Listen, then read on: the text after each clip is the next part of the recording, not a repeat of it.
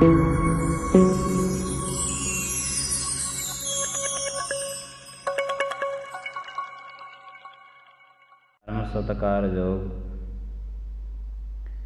ਸਤਿਗੁਰਾਂ ਦੀ ਸਾਜੀ ਨਿਵਾਜੀ ਗੁਰੂ ਰੂਪ ਪਿਆਰੀ ਸਾਧ ਸੰਗਤ ਜੀ,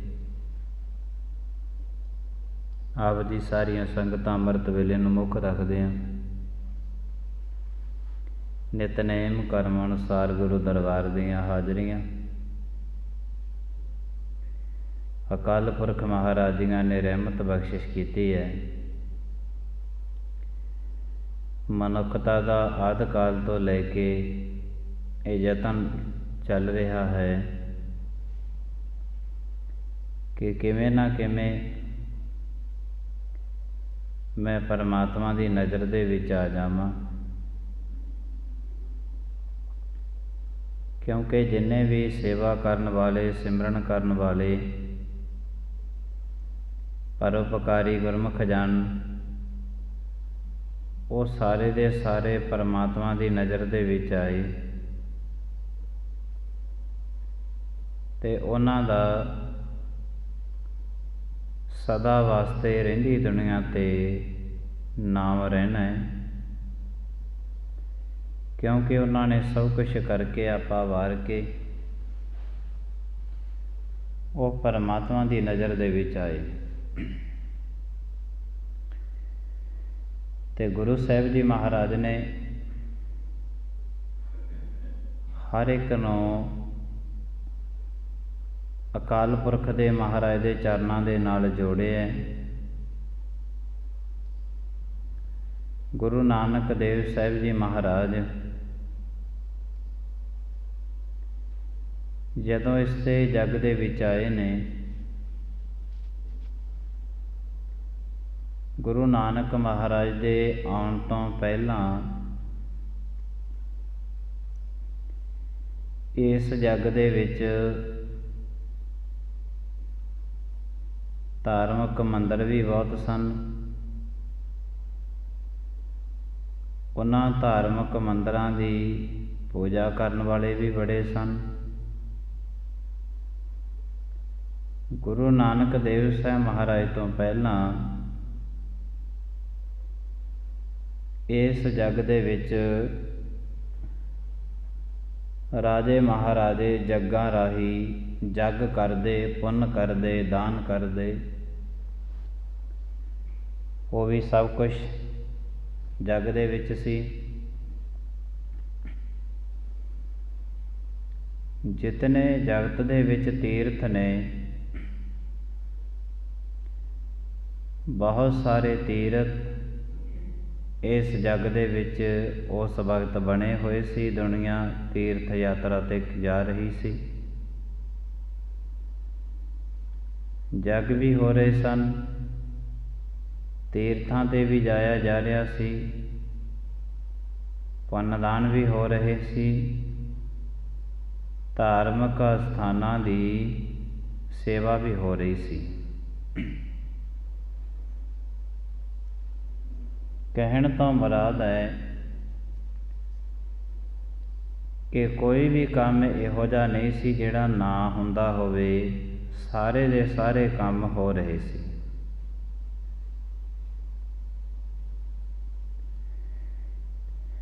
ਤੋ ਇਸ ਦੇ ਵਿੱਚ ਗੁਰੂ ਨਾਨਕ ਦੇਵ ਸਾਹਿਬ ਮਹਾਰਾਜ ਨੇ ਦੇਖਿਆ ਕਿ ਪੁੰਨ ਵੀ ਹੋ ਰਿਹਾ, ਦਾਨ ਵੀ ਹੋ ਰਿਹਾ, ਧਾਰਮਿਕ ਸਥਾਨਾਂ ਦੀ ਸੇਵਾ ਵੀ ਹੋ ਰਹੀ ਹੈ, ਕਥਾ ਕੀਰਤਨ ਵੀ ਹੋ ਰਿਹਾ, ਜਪ ਤਪ ਵੀ ਹੋ ਰਿਹਾ, ਪਰ ਇਹਦੇ ਵਿੱਚ ਅਧੂਰਾ ਕੀ ਹੈ? ਅਧੂਰਾ ਕੀ ਹੈ ਇਸ ਦੇ ਵਿੱਚ? ਇਸ ਦੇ ਵਿੱਚ ਅਧੂਰਾ ਹੈ ਕਿ ਜਿਹੜੇ ਜਪ ਤਪ ਕਰਨ ਵਾਲੇ, ਪੁੰਨ ਦਾਨ ਕਰਨ ਵਾਲੇ, ਸੇਵਾ ਕਰਨ ਵਾਲੇ ਜਿਹੜੇ ਬੰਦੇ ਸੀ ਨਾ, ਉਹ ਸਭ ਦੇ ਸਭ ਬੇਈਮਾਨ ਸੀ। ਜਪ ਤਪ ਤੇ ਉਹੀ ਚੱਲ ਰਿਹਾ ਹੈ, ਪੁੰਨ ਦਾਨ ਵੀ ਉਹੀ ਚੱਲ ਰਿਹਾ ਹੈ, ਪਰ ਜਿਹੜਾ ਜਪ ਤਪ ਅਤੇ ਪੁੰਨ ਦਾਨ ਕਰਨ ਵਾਲਾ ਸੀ ਨਾ, ਉਹ ਅਧੂਰਾ ਸੀ। ਤੇ ਜਦੋਂ ਕਰਨ ਵਾਲਾ ਅਧੂਰਾ ਹੋਵੇ, ਫਿਰ ਜਿਹੜੀਆਂ ਬਾਕੀ ਦੀਆਂ ਵਸਤੂਆਂ ਨੇ ਉਹ ਵੀ ਤਕਰੀਬਨ ਅਧੂਰੀਆਂ ਹੀ ਰਹਿ ਜਾਂਦੀਆਂ ਨੇ। ਕਰਨ ਵਾਲਾ ਕੋਈ ਮਿਸਤਰੀ ਮਕਾਨ ਬਣਾਉਂਦਾ ਹੈ, ਉਹਨੂੰ ਸੀਮੈਂਟ ਦੇ ਦਿਓ, ਇੱਟਾਂ ਦੇ ਦਿਓ, ਸਾਰਾ ਕੁਛ ਦੇ ਦਿਓ, ਪਰ ਜੇ ਅਣਜਾਣ ਹੋਇਆ ਤੇ ਬਹੁਤਾ ਸਮਾਂ ਮਕਾਨ ਨਹੀਂ ਖੜੇਗਾ। ਬਣਾਉਣ ਵਾਲਾ ਅਣਜਾਣ, ਅਧੂਰਾ ਹੈ। ਇਹ ਗੱਲ ਕਿਸੇ ਵੀ ਕਰਮ ਦੇ ਵਿੱਚ ਲਾ ਸਕਦੇ ਹਾਂ ਅਸੀਂ। ਜਦੋਂ ਮਨੁੱਖਤਾ ਅਧੂਰੇਪਣ ਦੇ ਵਿੱਚ ਹੋਵੇ ਤੇ ਜਿਹੜਾ ਆਪ ਹੀ ਅਧੂਰਾ ਹੈ ਤੇ ਫਿਰ ਉਹ ਕਰਮ ਕਿਵੇਂ ਪੂਰੇ ਕਰੇਗਾ। ਤੀਰਥ ਜਾਓ ਤਾਂ ਹਾਂ ਹਾਂ ਕਰਤੇ, ਪੰਡਤ ਪੁੱਛੋ ਤਾਂ ਮਾਇਆ ਰਾਤੇ। ਤੀਰਥਾਂ ਤੇ ਜਾਣ ਵਾਲੇ ਜਿਹੜੇ ਸੀ ਬੜੇ ਸੀ ਉਹਨਾਂ ਟਾਈਮ ਦੇ ਵਿੱਚ, ਪਰ ਸਾਰੇ ਦੇ ਸਾਰੇ ਹਾਂ ਹਾਂ ਕਰਦੇ ਸੀ, ਮੈਂ ਤੀਰਥ ਤੇ ਗਿਆ, ਮੈਂ ਇਹ ਕੀਤਾ। ਪੰਡਤ ਪੁੱਛੋ ਤਾਂ ਮਾਇਆ ਰਾਤੇ। ਜਿਹੜੇ ਤੀਰਥਾਂ ਤੇ ਜਾਣ ਵਾਲੇ ਸੀ ਉਹ ਤਾਂ ਹੰਕਾਰੀ ਹੋ ਗਏ ਵੀ ਅਸੀਂ ਤੀਰਥਾਂ ਤੇ ਆਏ ਹਾਂ, ਤੇ ਜਿਹੜੇ ਅਗਾਹਾਂ ਬੈਠੇ ਸੀ ਪੰਡਤ ਪੁੱਛੋ ਤਾਂ ਮਾਇਆ ਰਾਤੇ, ਉਹ ਸਾਰੇ ਦੇ ਸਾਰੇ ਆਪੋ ਆਪਣੇ ਚੜ੍ਹਾਵੇ ਗਿਣਦੇ ਰਹਿ ਗਏ ਕਿ ਅੱਜ ਕਿੰਨੀ ਆਮਦਨ ਹੋਈ ਹੈ, ਕਿੰਨੀ ਕੁ ਨਹੀਂ ਹੋਈ। ਉਹ ਸਾਰੇ ਇਸ ਕੰਮ ਵਾਲੇ ਸੀ। ਗੁਰੂ ਨਾਨਕ ਮਹਾਰਾਜ ਨੇ ਦੇਖਿਆ ਕਿ ਕੰਮ ਤੇ ਕੋਈ ਸਮਾਜ ਦੇ ਵਿੱਚ ਅਧੂਰਾ ਨਹੀਂ ਹੈ। ਜਪ ਤਪ ਵੀ ਹੋ ਰਿਹਾ, ਪੁੰਨ ਦਾਨ ਵੀ ਚੱਲ ਰਿਹਾ, ਹੋਰ ਵੀ ਬੜੇ ਕਰਮ ਕੀਤੇ ਜਾ ਰਹੇ ਨੇ ਮਨੁੱਖਤਾ ਦੀ ਭਲਾਈ ਵਾਸਤੇ। ਵਿਦਿਆ ਵੀ ਦਿੱਤੀ ਜਾ ਰਹੀ ਹੈ। ਪੁਰਾਣੇ ਜ਼ਮਾਨਿਆਂ ਦੇ ਵਿੱਚ ਲੋਕ ਮੰਦਰਾਂ ਦੇ ਵਿੱਚ ਪੜ੍ਹਦੇ ਹੁੰਦੇ ਸੀ, ਤੇ ਜਿਹੜਾ ਵਿਦਿਆ ਦੇਣ ਵਾਲਾ ਹੈ, ਤੀਰਥ ਤੇ ਜਾਣ ਵਾਲਾ ਹੈ, ਤੀਰਥ ਤੇ ਬੈਠਾ ਹੈ, ਗੁਰੂ ਨਾਨਕ ਮਹਾਰਾਜ ਜੀ ਕਹਿੰਦੇ ਇਹ ਸਭ ਦੇ ਸਭ ਜਿਹੜੇ ਨੇ ਅਧੂਰੇ ਨੇ, ਸਭ ਦੇ ਸਭ। ਇਹਨਾਂ ਦਾ ਅਧੂਰਾਪਨ ਗੁਰੂ ਨਾਨਕ ਦੇਵ ਸਾਹਿਬ ਜੀ ਮਹਾਰਾਜ ਨੇ ਸਾਰੇ ਇਤਿਹਾਸ ਦੇ ਵਿੱਚ ਅਧੂਰਾਪਨ ਕੱਢਿਆ ਬੰਦਿਆਂ ਵਿੱਚੋਂ, ਸਾਰੇ ਇਤਿਹਾਸ ਦੇ ਵਿੱਚ। ਕਿਸੇ ਮੰਦਰ ਦੀ ਮਰਿਆਦਾ ਨੂੰ ਨਹੀਂ ਬਦਲਿਆ, ਕਿਸੇ ਮਸੀਤ ਦੀ ਮਰਿਆਦਾ ਨਹੀਂ ਬਦਲੀ, ਕੋਈ ਧਾਰਮਿਕ ਸਥਾਨ ਨਹੀਂ ਬਦਲਿਆ, ਕੋਈ ਤੀਰਥ ਨਹੀਂ ਬਦਲਿਆ, ਕਿਸੇ ਨੂੰ ਜਪ ਤਪ ਕਰਾਉਂਦੇ ਕਰਦੇ ਨੂੰ ਨਹੀਂ ਹਟਾਇਆ। ਜੇ ਬਦਲਿਆ ਤੇ ਗੁਰੂ ਨਾਨਕ ਦੇਵ ਸਾਹਿਬ ਮਹਾਰਾਜ ਨੇ ਅਧੂਰੇ ਬੰਦੇ ਨੂੰ ਹੀ ਬਦਲ ਕੇ ਸਿੱਖ ਬਣਾਇਆ। ਸਿੱਖ ਦੀ ਪਰਿਭਾਸ਼ਾ, ਸਿੱਖ ਗੁਰੂ ਨਾਨਕ ਦੇਵ ਸਾਹਿਬ ਮਹਾਰਾਜ ਨੇ ਕਿਉਂ ਬਣਾਇਆ? ਕਿਉਂਕਿ ਜਿਹੜੇ ਅਧੂਰੇ ਲੋਕ ਸੀ ਨਾ, ਉਹਨਾਂ ਸਮਿਆਂ ਦੇ ਵਿੱਚ ਅਧੂਰੇ ਲੋਕਾਂ ਦੀਆਂ ਕੁਝ ਨਿਸ਼ਾਨੀਆਂ ਗੁਰੂ ਨਾਨਕ ਦੇਵ ਸਾਹਿਬ ਜੀ ਮਹਾਰਾਜ ਨੇ ਦੇਖੀਆਂ। 4 ਜਗ੍ਹਾ ਤੇ ਸਮਾਜ ਨੂੰ ਵੰਡਿਆ ਹੋਇਆ ਸੀ, ਖੱਤਰੀ ਕਰਕੇ, ਬ੍ਰਾਹਮਣ ਕਰਕੇ, ਸ਼ੂਦਰ ਕਰਕੇ, ਵੈਸ ਕਰਕੇ। ਇਹਨਾਂ ਦੀ ਵੰਡ ਪਾਈ ਹੋਈ ਸੀ। ਸਿੱਖ ਦੀ ਪਰਿਭਾਸ਼ਾ ਆਪ ਜੀ ਸਮਝਾਂਗੇ ਗੁਰੂ ਨਾਨਕ ਮਹਾਰਾਜ ਤੋਂ ਕਿ ਜਿਹੜਾ ਬ੍ਰਾਹਮਣ ਹੁੰਦਾ ਸੀ ਉਹਨਾਂ ਟਾਈਮਾਂ ਦੇ ਵਿੱਚ, ਬ੍ਰਾਹਮਣ ਵਿਦਿਆ ਪੜ੍ਹਦਾ ਹੁੰਦਾ ਸੀ ਤੇ ਉਹਨੂੰ ਹੁਕਮ ਹੁੰਦਾ ਸੀ ਕਿ ਤੂੰ ਸਿਰਫ ਵਿਦਿਆ ਪੜ੍ਹਾ ਸਕਦਾ ਹੈ, ਹੋਰ ਕੋਈ ਕੰਮ ਤੂੰ ਨਹੀਂ ਕਰਨਾ। ਬ੍ਰਾਹਮਣ ਸੀ ਕਿ ਤੂੰ ਵਿਦਿਆ ਪੜ੍ਹਾ ਸਕਦਾ ਹੈ, ਦੂਜਾ ਕੰਮ ਤੂੰ ਕੋਈ ਵੀ ਨਹੀਂ ਕਰਨਾ, ਸਿਰਫ ਵਿਦਿਆ ਪੜ੍ਹਨੀ ਹੈ ਅਤੇ ਵਿਦਿਆ ਪੜ੍ਹਾਉਣੀ ਹੈ। ਇੱਕ ਕਰਮ ਹੋ ਗਿਆ।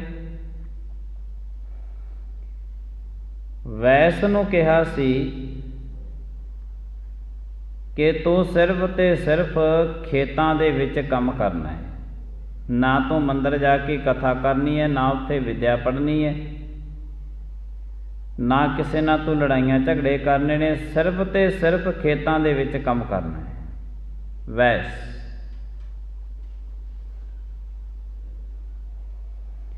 ਤੇ ਉਹਨੂੰ ਨਾਮ ਦਿੱਤਾ ਹੋਇਆ ਸੀ ਕਿ ਵੈਸ ਹੈ। ਕੋਈ ਵੀ ਖੇਤਾਂ ਦੇ ਵਿੱਚ ਕੰਮ ਧੰਦਾ ਕਰਾਉਣਾ, ਹੋਰ ਭਾਰ ਦਾ ਕੰਮ ਕਰਾਉਣਾ, ਤੇ ਉਹਨਾਂ ਸਮਿਆਂ ਦੇ ਵਿੱਚ ਕਿਹਾ ਜਾਂਦਾ ਸੀ ਕਿ ਵੈਸ ਨੂੰ ਬੁਲਾ ਕੇ ਲੈ ਕੇ ਆਓ, ਕੰਮ ਕਰੇਗਾ। ਇਹ ਵੰਡ ਪਾਈ ਹੋਈ ਸੀ। ਉਸ ਤੋਂ ਬਾਅਦ ਦਾ ਸੀ ਜਿਹੜਾ ਖੱਤਰੀ ਨੂੰ ਇਹ ਹੁਕਮ ਕੀਤਾ ਹੋਇਆ ਸੀ ਕਿ ਤੂੰ ਸਿਰਫ ਤੇ ਸਿਰਫ ਜੰਗ ਕਰਨੀ ਹੈ, ਦੂਜਾ ਕੰਮ ਤੂੰ ਕੋਈ ਨਹੀਂ ਕਰਨਾ।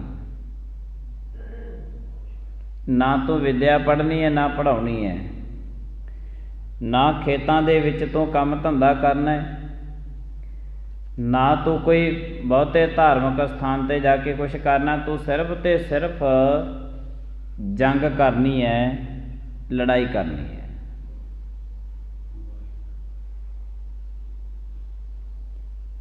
ਇਹ ਉਹਨੂੰ ਖੱਤਰੀ ਨੂੰ ਕਿਹਾ ਹੋਇਆ ਸੀ। ਤੇ ਖੱਤਰੀ ਸਿਰਫ ਤੇ ਸਿਰਫ ਇਕੱਲੀ ਜੰਗ ਕਰਦੇ ਸੀ, ਹੋਰ ਕਰਮ ਕੋਈ ਨਹੀਂ ਕਰਦੇ ਸੀ।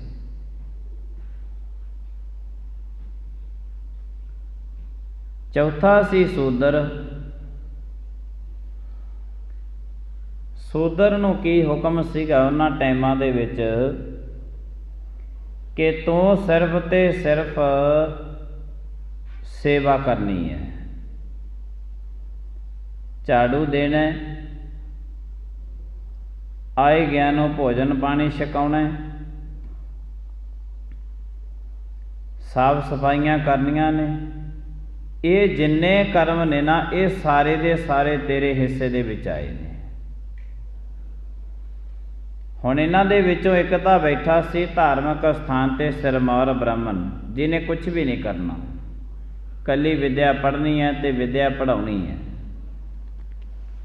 ਇਹਨੂੰ ਹੋਰ ਕੋਈ ਕਰਮ ਇਹਨੇ ਨਹੀਂ ਕਰਨਾ ਸੀ। ਸਿਰਮੌਰ ਬ੍ਰਾਹਮਣ ਨੂੰ ਮੰਨਿਆ ਜਾਂਦਾ ਸੀ ਤੇ ਲੋਕ ਇਹਦੀ ਪੂਜਾ ਕਰਦੇ ਸੀ।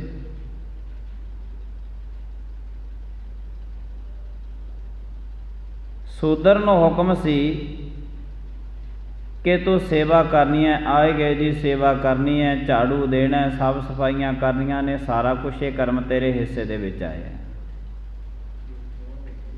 ਖੱਤਰੀ ਜੰਗ ਕਰਨ ਦੇ ਵਿੱਚ ਮਾਹਰ ਸੀ ਤੇ ਵੈਸ ਨੂੰ ਇਹ ਹੁਕਮ ਲੱਗਿਆ ਹੋਇਆ ਸੀ ਕਿ ਤੂੰ ਖੇਤਾਂ ਦੇ ਵਿੱਚ ਕੰਮ ਧੰਦਾ ਕਰਨਾ ਹੈ।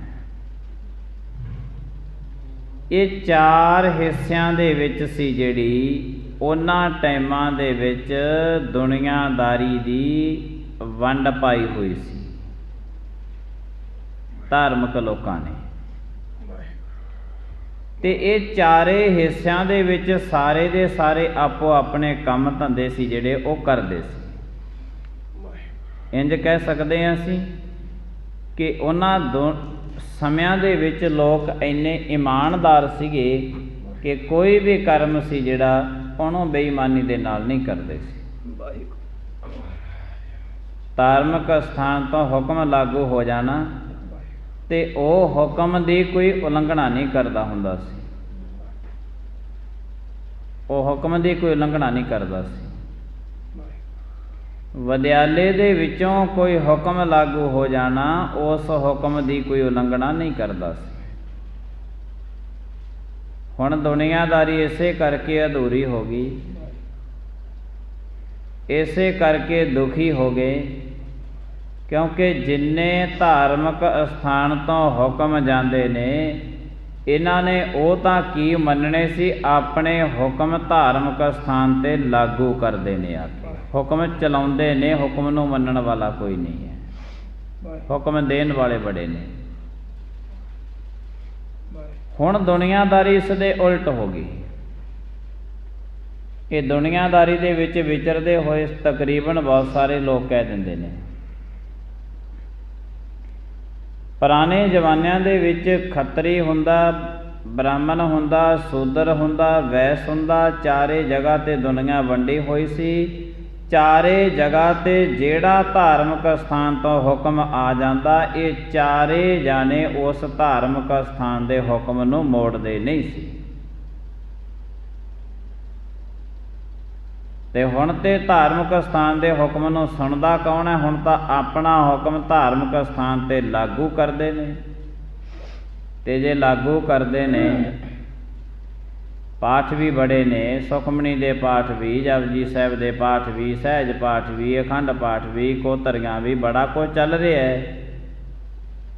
ਸਭ ਦੇ ਸਭ ਦੁਖੀ ਨੇ। ਕਿਸੇ ਦਾ ਦੁੱਖ ਕੱਟਿਆ ਗਿਆ ਕੋਈ? ਕਿਉਂਕਿ ਹੁਕਮ ਨੂੰ ਮੰਨਣਾ ਸੀ, ਹੁਕਮ 'ਤੇ ਲਾਗੂ ਕਰਨ ਲੱਗ ਗਏ।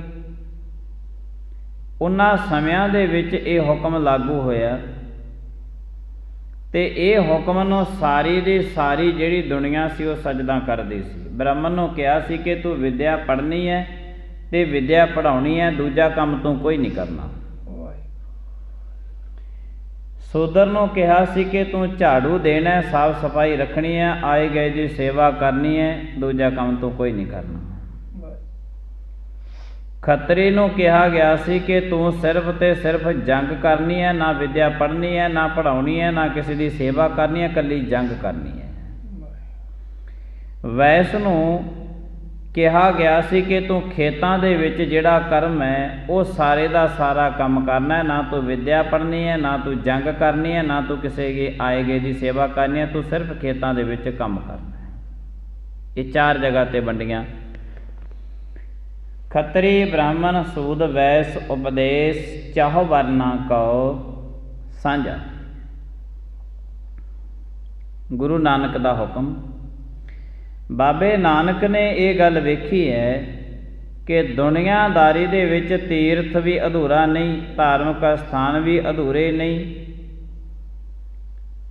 ਪਰ ਜਿਹੜੇ ਇਹ ਮਨੁੱਖ ਨੇ ਇਹ ਅਧੂਰੇ ਨੇ, ਇਹਨਾਂ ਨੂੰ ਗਿਆਨ ਨਹੀਂ ਹੈ। ਮਨੁੱਖਤਾ ਅਧੂਰੀ ਹੈ, ਇਹਨਾਂ ਨੂੰ ਕੋਈ ਗਿਆਨ ਨਹੀਂ। ਤੋ ਗੁਰੂ ਨਾਨਕ ਦੇਵ ਸਾਹਿਬ ਮਹਾਰਾਜ ਨੇ ਕੀ ਕੀਤਾ? ਨਾ ਤਾਂ ਕੋਈ ਮੰਦਰ ਬਦਲਿਆ, ਨਾ ਕੋਈ ਮਸੀਤ ਬਦਲੀ, ਨਾ ਕੋਈ ਤੀਰਥ ਬਦਲਿਆ। ਬਸ ਬਦਲਿਆ ਤੇ ਗੁਰੂ ਨਾਨਕ ਦੇਵ ਸਾਹਿਬ ਮਹਾਰਾਜ ਨੇ ਅਧੂਰੇ ਬੰਦੇ ਨੂੰ ਹੀ ਪੂਰਾ ਬਣਾਉਣ ਦੇ ਯਤਨ ਕੀਤੇ ਨੇ। ਇਹ ਸਿੱਖ ਦੀ ਪਰਿਭਾਸ਼ਾ ਹੈ। ਕਿਵੇਂ ਬਦਲਿਆ ਗੁਰੂ ਨਾਨਕ ਮਹਾਰਾਜ ਨੇ? ਗੁਰੂ ਨਾਨਕ ਦੇਵ ਸਾਹਿਬ ਜੀ ਮਹਾਰਾਜ ਨੇ ਇਹ ਚਾਰੇ ਚੀਜ਼ਾਂ ਪਹਿਲਾਂ ਦੁਨੀਆਦਾਰੀ ਦੇ ਵਿੱਚ ਇਕੱਲੇ ਇਕੱਲੇ ਬੰਦੇ ਨੂੰ ਦਿੱਤੀਆਂ ਗਈਆਂ ਸਨ। ਇੱਕ ਨੇ ਜੰਗ ਕਰਨੀ ਹੈ, ਇੱਕ ਨੇ ਵਿੱਦਿਆ ਪੜ੍ਹਨੀ ਹੈ, ਇੱਕ ਨੇ ਖੇਤਾਂ ਵਿੱਚ ਕੰਮ ਕਰਨਾ ਹੈ, ਇੱਕ ਨੇ ਧਾਰਮਿਕ ਸਥਾਨਾਂ 'ਤੇ ਸੇਵਾ ਕਰਨੀ ਹੈ। ਇਹ ਚਾਰ ਚੀਜ਼ਾਂ ਸੀ ਜਿਹੜੀਆਂ ਗੁਰੂ ਨਾਨਕ ਦੇਵ ਸਾਹਿਬ ਜੀ ਮਹਾਰਾਜ ਨੇ ਦੇਖਿਆ ਕਿ ਦੁਨੀਆਦਾਰੀ ਚਾਰ ਜਗ੍ਹਾ 'ਤੇ ਵੰਡੀ ਹੋਈ ਹੈ, ਅੱਡੋ ਅੱਡੀ ਕਰਮ ਕਰਨੇ ਨੇ। ਫਿਰ ਗੁਰੂ ਨਾਨਕ ਦੇਵ ਸਾਹਿਬ ਜੀ ਮਹਾਰਾਜ ਨੇ ਮਹਾਨ ਕਿਰਪਾ ਕੀਤੀ ਕਿ ਇਸ ਦੁਨੀਆਦਾਰੀ ਦੇ ਮਨੁੱਖਤਾ ਦੇ ਵਿੱਚ ਅਧੂਰਾਪਣ ਦੇਖਿਆ। ਇਸ ਅਧੂਰੇਪਣ ਨੂੰ ਪੂਰਾ ਕਰਨ ਵਾਸਤੇ ਬਾਬੇ ਨਾਨਕ ਨੇ ਆਪਣੀ ਸੋਚ ਦੇ ਮੁਤਾਬਕ ਇਹ ਗੱਲ ਕਹੀ ਕਿ ਜਿੰਨੇ ਇਹ ਚਾਰ ਬੰਦਿਆਂ ਦੇ ਵਿੱਚ ਗੁਣ ਨੇ, ਇਹਨਾਂ ਨੂੰ ਅਸੀਂ ਗੁਣ ਕਹਿੰਦੇ ਹਾਂ। ਧਾਰਮਿਕ ਵਿੱਦਿਆ ਦੇ ਵਿੱਚ ਇਹਨਾਂ ਨੂੰ ਅਸੀਂ ਗੁਣ ਕਹਿੰਦੇ ਹਾਂ। ਜਿੰਨੇ ਗੁਣ ਨੇ, ਇੱਕ ਦੇ ਵਿੱਚ ਤਾਂ ਗੁਣ ਹੈ ਕਿ ਉਹ ਵਿੱਦਿਆ ਪੜ੍ਹਦਾ ਤੇ ਵਿੱਦਿਆ ਪੜ੍ਹਾਉਂਦਾ, ਇੱਕ ਗੁਣ ਹੈ ਬ੍ਰਾਹਮਣ ਦਾ ਗੁਣ। ਔਰ ਖੱਤਰੀ ਦਾ ਗੁਣ ਹੈ ਕਿ ਉਹ ਜੰਗ ਕਰਦਾ ਹੈ, ਇਹ ਖੱਤਰੀ ਦੇ ਵਿੱਚ ਗੁਣ ਹੈ। ਵੈਸ ਦੇ ਵਿੱਚ ਗੁਣ ਹੈ ਕਿ ਉਹ ਖੇਤਾਂ ਦੇ ਵਿੱਚ ਕੰਮ ਕਰਦਾ ਹੈ, ਤੇ ਸ਼ੂਦਰ ਦੇ ਵਿੱਚ ਗੁਣ ਹੈ ਕਿ ਉਹ ਝਾੜੂ ਦਿੰਦਾ ਹੈ। ਚਾਰ ਬੰਦਿਆਂ ਦੇ ਵਿੱਚ ਚਾਰ ਗੁਣ ਹੋ ਗਏ, ਚਾਰੇ ਗੁਣ ਹੋ ਗਏ। ਗੁਰੂ ਨਾਨਕ ਦੇਵ ਸਾਹਿਬ ਜੀ ਮਹਾਰਾਜ ਨੇ ਆਪਣੀ ਉੱਚੀ ਸੋਚ ਨੂੰ ਮੁੱਖ ਰੱਖਦਿਆਂ ਹੋਇਆਂ ਬਾਬੇ ਨਾਨਕ ਨੇ ਇਹ ਧਾਰਨ ਕੀਤਾ ਸੀ ਕਿ ਇਹ ਚਾਰੇ ਬੰਦਿਆਂ ਦੇ ਜਿਹੜੇ ਗੁਣ ਨੇ ਅਸੀਂ ਇੱਕ ਬੰਦੇ ਦੇ ਵਿੱਚ ਹੀ ਪੂਰੇ ਕਰ ਦੇਣੇ ਨੇ, ਇੱਕੋ ਬੰਦੇ ਦੇ ਵਿੱਚ ਪੈਦਾ ਕਰਨੇ ਨੇ। ਇੱਕੋ ਹੀ ਬੰਦਾ ਵਿਦਿਆ ਪੜ੍ਹੇਗਾ ਤੇ ਵਿਦਿਆ ਪੜ੍ਹਾਵੇਗਾ, ਇੱਕੋ ਹੀ ਬੰਦਾ ਜੰਗ ਕਰੇਗਾ, ਇੱਕੋ ਬੰਦੇ ਦੇ ਵਿੱਚ ਬ੍ਰਾਹਮਣ ਦਾ ਗੁਣ ਵੀ ਹੋਵੇਗਾ, ਵਿਦਿਆ ਪੜ੍ਹਨੀ ਤੇ ਵਿਦਿਆ ਪੜ੍ਹਾਉਣੀ। ਇੱਕੋ ਬੰਦੇ ਦੇ ਵਿੱਚ ਖੱਤਰੀ ਦਾ ਗੁਣ ਹੋਵੇਗਾ, ਜੰਗ ਕਰਨੀ। ਇੱਕੋ ਬੰਦੇ ਦੇ ਵਿੱਚ ਵੈਸ ਦਾ ਗੁਣ ਹੋਵੇਗਾ, ਖੇਤਾਂ ਵਿੱਚ ਕੰਮ ਕਰਨਾ। ਇੱਕੋ ਬੰਦੇ ਦੇ ਵਿੱਚ ਗੁਣ ਹੋਵੇਗਾ ਸ਼ੂਦਰ ਦਾ ਕਿ ਉਹਨੇ ਝਾੜੂ ਦੇਣਾ ਤੇ ਭਾਂਡੇ ਮਾਂਜਣੇ।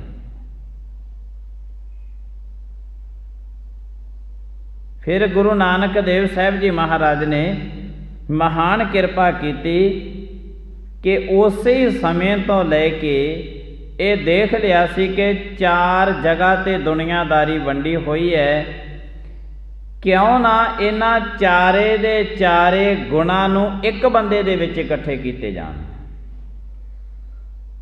ਤੇ ਗੁਰੂ ਨਾਨਕ ਦੇਵ ਸਾਹਿਬ ਮਹਾਰਾਜ ਨੇ ਕਿਰਪਾ ਕੀਤੀ ਹੈ ਕਿ ਇਹ ਚਾਰੇ ਦੇ ਚਾਰੇ ਗੁਣ ਇੱਕ ਬੰਦੇ ਨੂੰ ਦਿੱਤੇ ਨੇ ਕਿ ਤੂੰ ਵਿਦਿਆ ਵੀ ਪੜ੍ਹ ਸਕਦਾ ਹੈ, ਵਿਦਿਆ ਪੜ੍ਹਾ ਵੀ ਸਕਦਾ। ਇੱਕ ਗੁਣ ਹੈ ਬ੍ਰਾਹਮਣ ਦਾ, ਉਹ ਵੀ ਤੇਰੇ ਵਿੱਚ ਹੈ।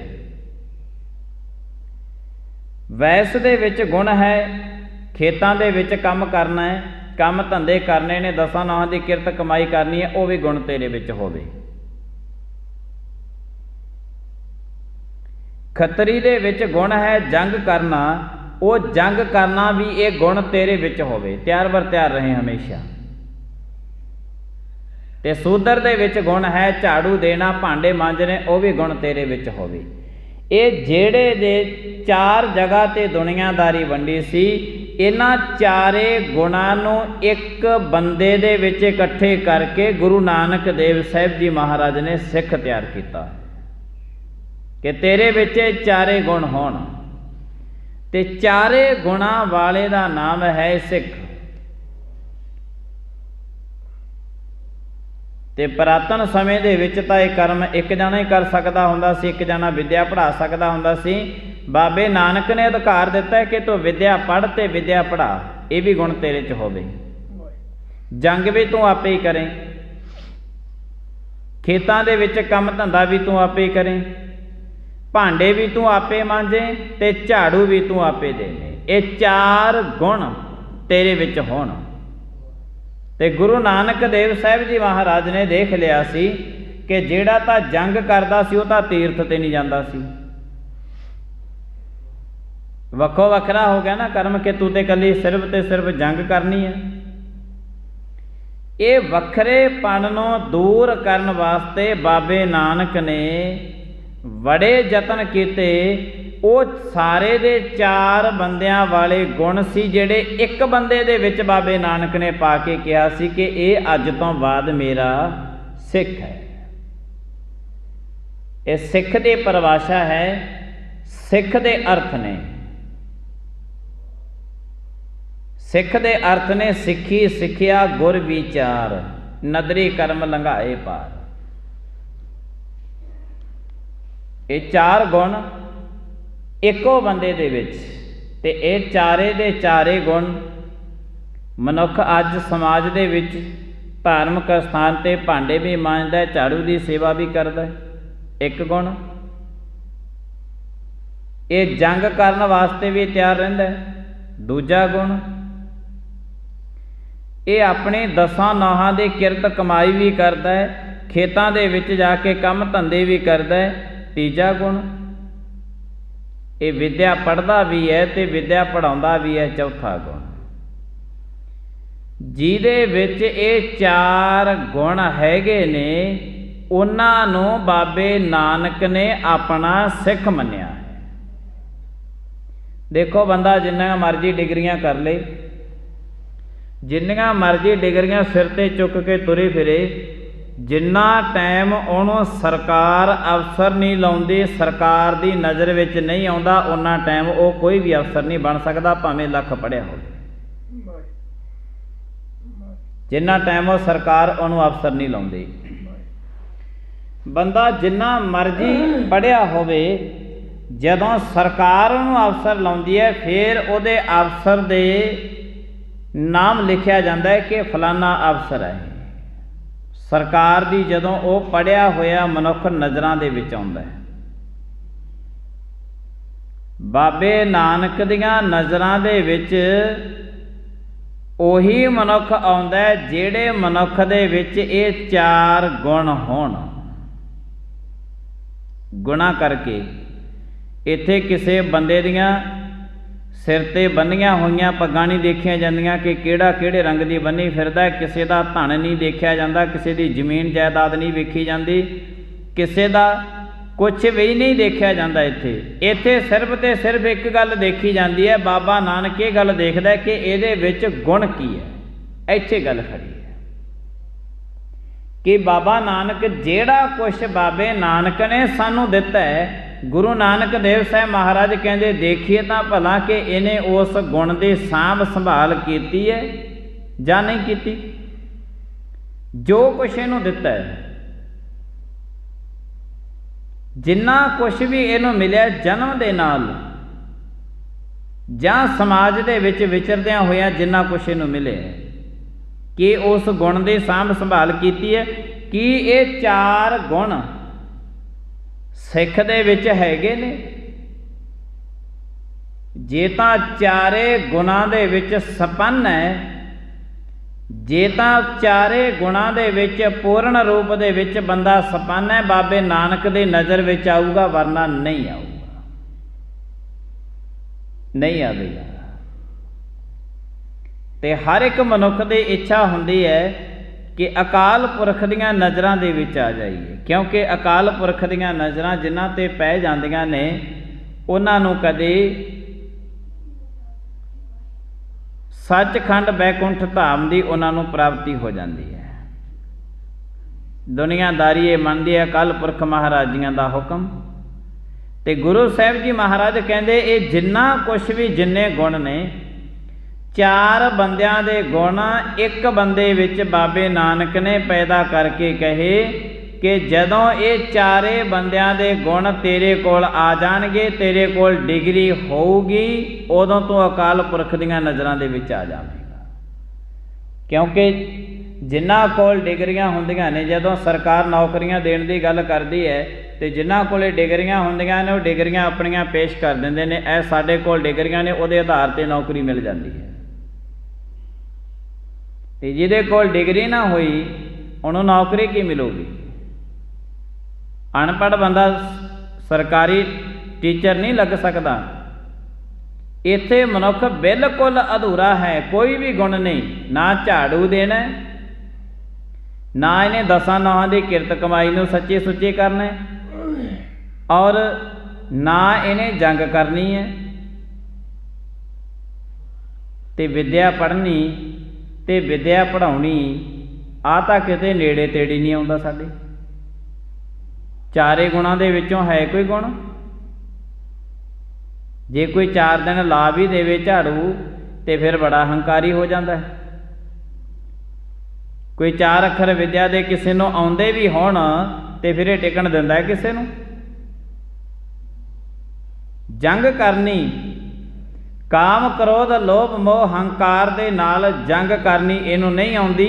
ये तां उन्हां नूं पट्ठे पा पा के नित तो नित नवें जवान कर रहा। उन्हां नूं काम नूं ये पट्ठे पाउंदा है, क्रोध नूं ये पट्ठे पाउंदा है, हंकार नूं ये पट्ठे पाउंदा है, लोभ नूं ये पट्ठे पाउंदा है। इन्हां नूं खुराक दे दे के वो तकड़े कर रहा है। इन्हां दे नाल जंग थोड़ो करदा है। मनुख इन्हां दे नाल जंग नहीं करदा, इन्हां नूं पट्ठे पा पा के तकड़े करदा है। जे अपने घर दे विच हंकार ना चले, आंढी गवांढी ने उत्थे ना चलिया, फिर कोई होर नगर दा लभ जाना है, कोई रिश्तेदार लभ जाना है। चलो जे घरे ना हंकार चलिया, रिश्तेदारी च ना चलिया, आंढी गवांढी ते ना चलिया, नगर दे विच ना चलिया, फिर धार्मिक स्थान वाला बाबा तां बट ते ही पिया, फिर उहदे ते तां चलेगा ही चलेगा। करदा कोई जंग? काम दे नाल, क्रोध दे नाल, लोभ दे नाल, मोह दे नाल, हंकार दे नाल, इहदे नाल सिख ने जंग करनी है। करदा कोई जंग? महाराज कहंदे देख, 4 गुण एक बंदे दे विच होवन तैनूं डिग्री मिलूगी। विद्या पढ़दा होवे ते विद्या पढ़ाउंदा होवे, एक डिग्री है तेरे कोले। काम क्रोध लोभ मोह हंकार दे नाल जंग करदा होवे, 2 डिग्रियां ने तेरे कोले। धार्मिक स्थान ते झाड़ू लाउंदा होवे, भांडे मांजदा होवे, 3 डिग्रियां ने तेरे कोले। और खेतां दे विच अपनी 10 नौहां दी किरत कमाई सच्ची ते सुच्ची करदा होवे, 4 डिग्रियां ने तेरे कोले। ये 4 डिग्रियां जदों तेरे कोल आ गईयां, अकाल पुरख दी नज़र दे विच तूं उसे दिन ही आ जावेगा, जदों डिग्रियां पूरीआं होईआं। अधूरी डिग्री ते नहीं। जे बच्चा 10वीं क्लास दे विच पढ़दा होवे ते 6 महीने उहनूं 8 महीने 11 महीने हो गए हुण पढ़दे नूं, अधूरा है हजे वो क्लास दे विच, हजे पूरा नहीं होया जिन्ना टाइम उहनूं सर्टिफिकेट नहीं मिलता। पेपर देने ने, पास होवेगा, सर्टिफिकेट मिलेगा, परसेंटेज बन गए, फिर उहनूं डिग्री मिलनी है। इत्थे ना तो कोई विद्या पढ़दा है, ना कोई पढ़ाउंदा है, ना कोई झाड़ू देना है, ना कोई 10 नौहां दी किरत कमाई सच्ची सुच्ची करनी है, ना काम क्रोध लोभ मोह हंकार दे नाल जंग करनी है। ते बाबे नानक दीआं नज़रां दे विच किहड़े हिसाब दे नाल आवांगे? बाणी कल्ली पढ़न का विषय नहीं है भी इनू पढ़ी जाओ पढ़ी जाओ पढ़ी जाओ। बाबे नानक ने तो जवाब देता, पढ़ पढ़ गड्डी लदी है, पढ़ पढ़ भरी है साथ, पढ़ पढ़ बेड़ी पाई है, पढ़ पढ़ गड्डी है खात, पढ़ी है जेते बरस बरस, पढ़ी है जेते सास। पढ़ी जाओ जिन्ना चो थोड़ा जी करता है। कल्ले पढ़न का विषय नहीं है गुरबाणी, कल्ले सुनन का विषय भी नहीं है। गुरु साहिब जी महाराज कहते पढ़नी भी जरूरी है, सुननी भी जरूरी है। गुरु साहिब जी महाराज कहते की ने, इन्हां गल्लां ते अमल करना भी जरूरी है। ते गुरु साहिब जी महाराज जी ने, बाबे नानक ने खतरे ब्राह्मण सूद वैस उपदेश 4 वर्णा को साझा, इन्हां 4 वर्णा नूं साझा उपदेश दे के ये 4 गुण एक बंदे दे विच पैदा होण, उसे बंदे नूं बाबे नानक ने अपना सिख मन्निया है। गुरु साहिब जी महाराज किरपा करन। अकाल पुरख महाराज जी की किरपा दे नाल आपां सारी संगत समय दे नाल इकत्र होने आ, अपने जन्म के कुछ अहम पल घड़ियां नूं सफलियां करदे यतन करदे हैं। समय की समाप्ति, भुल्लां चुक्कां दी खिमा, आईयां संगतां दा धन्नवाद। प्रेम दे नाल सारी संगत बुलायो फतेह। वाहिगुरू जी का खालसा, वाहिगुरू जी की फतेह।